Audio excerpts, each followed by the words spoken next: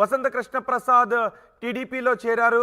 ఇప్పటి వరకు మైలవరంలో ఉప్పు నిప్పుగా ఉన్న వసంత కృష్ణ ప్రసాద్, దేవినేని ఉమ ఇద్దరు కలిసి పని చేయాల్సినటువంటి పరిస్థితి కనిపిస్తోంది. అయితే ఇద్దరు కూడా అక్కడ సీటు నాకే వస్తుందనే ధీమాలో ఉన్నారు. కానీ వసంత కృష్ణ ప్రసాద్ చేరికకు మాత్రం దేవినేని ఉమ దూరంగా ఉన్నారు. ఇప్పుడు ఏం జరగబోతోంది? మైలవరం నియోజకవర్గంలో ఏం జరగబోతోంది? కేపీకి సీట్ ఇస్తే దేవినేని ఉమ పరిస్థితి ఏంటి? ఎస్ రోహిత్, మైలవరంలో మాత్రం టీడీపీ రాజకీయాలు మాత్రం చాలా ఆసక్తికరంగా ఉన్నాయి. ఎందుకంటే నిన్న మొన్నటి దాకా వైసీపీ సిట్టింగ్ ఎమ్మెల్యేగా ఉన్న వసంత కృష్ణ ప్రసాద్ వైసీపీకి రాజీనామా చేసి ఈరోజు హైదరాబాద్లో చంద్రబాబు నాయుడు సమక్షంలో పార్టీలో చేరారు. ఆయన ఒకటే చెప్పారు, నాకు వైసీపీలో పెద్ద గౌరవం లభించలేదు, నేను అందుకే టీడీపీ వైపుకి వెళ్తున్నాను, ముఖ్యమంత్రిగా చంద్రబాబుని చూడాలని అనుకుంటున్నాను, నాకు టికెట్ ఇస్తానంటే పోటీ చేస్తాను, లేదనుకున్నా కూడా నేను సైలెంట్గానే పార్టీ అభివృద్ధి కోసం కృషి చేస్తాను అని చెప్పి హైదరాబాద్లో ఆయన మాట్లాడిన మాటలు. అయితే వసంత కృష్ణ ప్రసాద్ విషయంలో మాత్రం అధిష్టానం అధినేత చంద్రబాబు చాలా క్లియర్గా ఉన్నారు, టికెట్ ఈసారి కేపీకే ఇవ్వాలనే విషయాన్ని నిర్ణయించుకున్నారు. అయితే ఇప్పుడు వరకు నిన్న మొన్నటి వరకు అక్కడ మొత్తం టీడీపీని తన భుజాల మీద వేసుకుని మోసిన దేవినేని ఉమా పరిస్థితి ఇప్పుడు ఆసక్తికరంగా మారింది. దేవినేని ఉమాకి సీటు ఉంటుందా లేదా అనే చర్చ కూడా. డైరెక్ట్గా చంద్రబాబు క్లియర్గా ఒక మాట చెప్పారు, నేను సీటు ఇవ్వలేకపోతున్నాను, వేరే ఆల్టర్నేటివ్ చూస్తున్నానని కూడా ఆయన చెప్పిన పరిస్థితి. సో దేవినేని ఉమా వర్సెస్ వసంత కృష్ణ ప్రసాద్ మధ్య మనం చూడొచ్చు 2019 ఎన్నికలు ఎంత హోరాహోరీన జరిగాయో మనం చాలా స్పష్టంగా చూసాం. వాదనలు, ప్రతివాదనలు, ఈ పర్సనల్ అటాక్స్, అంత దూరం జరిగిన ఘర్షణలో ఇప్పుడు ఇద్దరు ఒకే పార్టీలో చేయాల్సిన పరిస్థితి. ఇప్పుడు దేవినేని ఉమా ఈ రోజు వరకు కూడా పార్టీలో మొన్న ఆయన మాజీ ముఖ్యమంత్రి చంద్రబాబు పిలిచి చెప్పినప్పటికీ కూడా ఆయనేమీ వినలేదు. ఆయన పార్టీగా ఆయన మైలవరంలో తన పాదయాత్రలు, తన ప్రోగ్రామ్స్ కంటిన్యూస్గా చేసుకుంటూనే వెళ్ళిపోతున్నారు. ఇప్పుడేమో సిట్టింగ్ ఎమ్మెల్యేగా ఉన్న కేపీ తెలుగుదేశంలో జాయిన్ అయ్యారు చంద్రబాబు సమక్షంలో. ఇప్పుడు రేపు టికెట్ ఎవరికి ఇస్తారో అనేది ఒక పెద్ద చర్చ.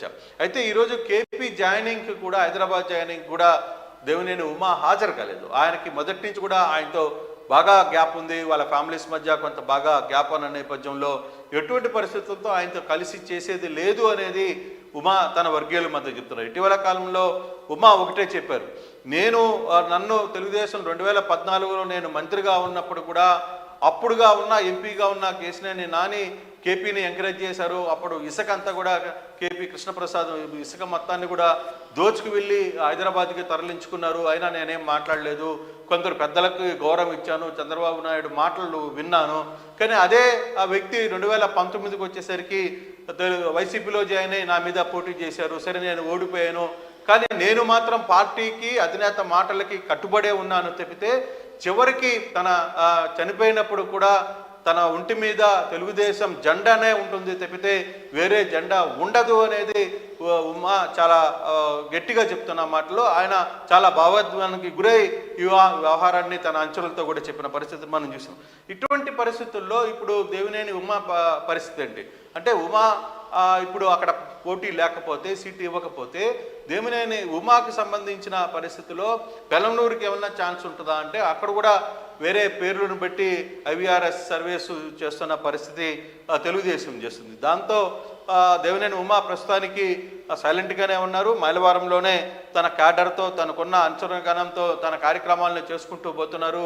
ఈరోజు హైదరాబాదులో కేపీ జాయినింగ్లో కూడా ఆయన ఎక్కడా కనపడలేదు, కనీసం అటువైపు కూడా ఆయన వెళ్ళలేదు. నిన్న భారీ వాహనాలతో దాదాపుగా 40-50 కార్లతో హైదరాబాద్కి ఇక్కడి నుంచి బయలుదేరి హైదరాబాద్కి వచ్చారు. ఉదయాన్నే చంద్రబాబును కలిశారు. చంద్రబాబు సమక్షంలో ఆయన అంటే ఇప్పటి వరకు దేవినేని ఉమ్మకు ఇచ్చిన క్లారిటీ ఏంటి? ఎందుకంటే వసంత కృష్ణ ప్రసాద్ ఆయన ఎవరికి టికెట్ ఇచ్చినా నేను టీడీపీ కోసం పనిచేస్తానన్నారు. అవసరమైతే దేవినేని ఉమ్మతో కలిసి కూర్చొని మాట్లాడుకోవడానికి, విభేదాలు ఏమైనా ఉంటే వాటిని సార్ట్అవుట్ చేసుకోవడానికి నేను సిద్ధంగా ఉన్నాను.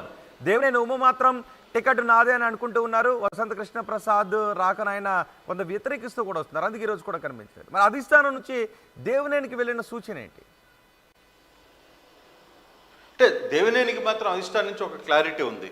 మైలవరం పరిస్థితిలో నువ్వు కొంత సహకరించాలి, మాకు కొన్ని ఈక్వేషన్స్ వర్కౌట్ చేస్తున్నాయి అంటే ఇండైరెక్ట్గా ఆయన ఒకటే చెప్పారు, నీకు సీటు మైలవరంలో ఉండదు అని.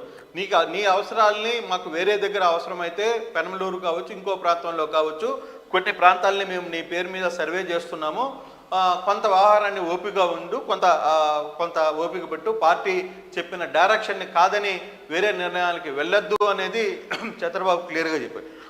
అయితే చంద్రబాబు మామూలుగా ఎవరితైనా సరే కొన్ని వ్యవహారాలు స్ట్రైట్గా కాకుండా కొత్త ఈక్వేషన్స్ ఏంటి ఇవన్నీ కూడా చెప్పుకునే ప్రయత్నం చేస్తుంటారు. సో అందులో భాగంగానే ఆ విధంగానే ఆయనకి చెప్పారు. సో ఆయనకు ఒకటైతే అర్థమైంది, సో మైలవరం సీటు నాకు ఎగ్గొడుతున్నారు అని అందుకని స్పష్టంగా ఉంది. తర్వాత రెండవది పెనమలూరు సీటు వస్తుందా లేదా అనేది కూడా తనకి ఇంకా పూర్తి స్థాయిలో నమ్మకం లేదు.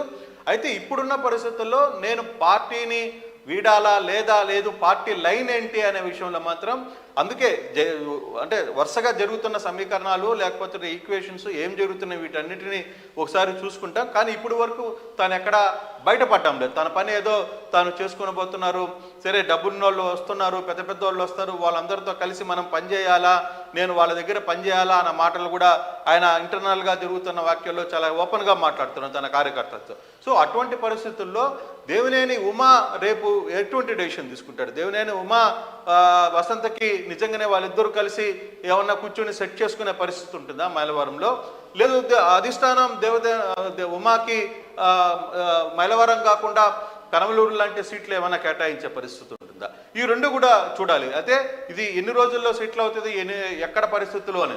ఒకవైపు బీజేపీతో కూడా 2-3 రోజుల్లో ఈక్వేషన్స్ వర్కౌట్ అయిపోతున్నాయి, 5వ తారీఖు లోపల మొత్తం ప్రకటనలు ఉంటాయనే ఒక ఆశతో టీడీపీ ఉంది. సో ఇటువంటి పరిస్థితుల్లో ఎటువంటి ఈక్వేషన్స్లో దేవినేని ఉమాకి స్థానం ఉంటుందా, లేదు ఈసారి దేవినేని ఉమా సైలెంట్గానే ఉండాల్సిన పరిస్థితి ఉందా, పోటీలో ఉంటారా ఉండరా, లేదు మైలవరం నుంచి ఇండిపెండెంట్గా పోటీ చేస్తారా అనే అంశాలను కూడా ఆయన కొంత అంచనాలతో మాట్లాడుతున్నారు. చెప్తే ఎక్కడ మీడియా ముందుకు వచ్చి మాట్లాడిన పరిస్థితులు అయితే కనపడడం లేదు. రోహిత్ చూడాలి. ఇప్పుడు కేపీ కూడా అఫీషియల్గా జాయిన్ అయ్యారు కాబట్టి అఫీషియల్గా జాయిన్ అయ్యారు. ఆయన పార్టీ ఆఫీస్ కార్యాలయాన్ని కూడా రంగులు మార్చేశారు. ఆయన క్లియర్గా ఉన్నారు. ఆయన మాత్రం కొంత హోమాలో ఒక ధీమాలో ఉన్నారు, తనకి సీటు ఖచ్చితంగా తనకే ఉంటుందని. కానీ ఇప్పుడు దేవినేని ఉమా ఎటువంటి స్టెప్స్ చేస్తారు? ఒకవేళ దేవినేని ఉమాకి పెనమలూరు కానీ ఇంకో ప్రాంతంలో కానీ సీటు రాకపోతే ఆయన ఫర్దర్గా ఏ విధంగా అడుగులు వేస్తారు అనేది కూడా చూడాల్సిన పరిస్థితి అయితే ఉంది రోహిత్.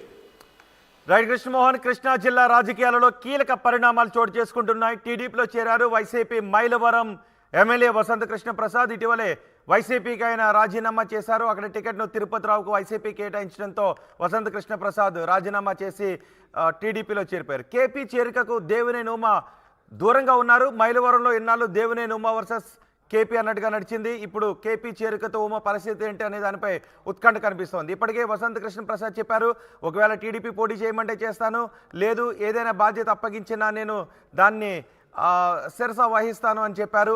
అంతేకాదు దేవినేనితో ఉన్న విభేదాలను సార్ట్అవుట్ చేసుకోవడానికి కూడా నేను దేవినేనితో మాట్లాడటానికి సిద్ధంగా ఉన్నాను. ఇద్దరి మధ్య ఉన్న విభేదాలు రాజకీయపరమైన విభేదాలే కానీ వ్యక్తిగతమైనటువంటి విభేదాలు కాదు అని వసంత కృష్ణ ప్రసాద్ కొన్ని రోజుల క్రితం చెప్పారు.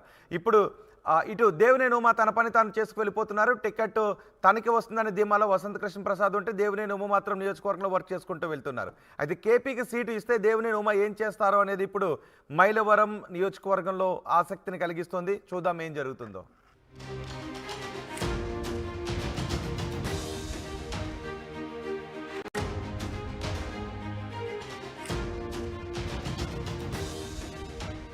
కృష్ణా జిల్లా రాజకీయాలలో కీలక పరిణామం చోటు చేసుకుంది.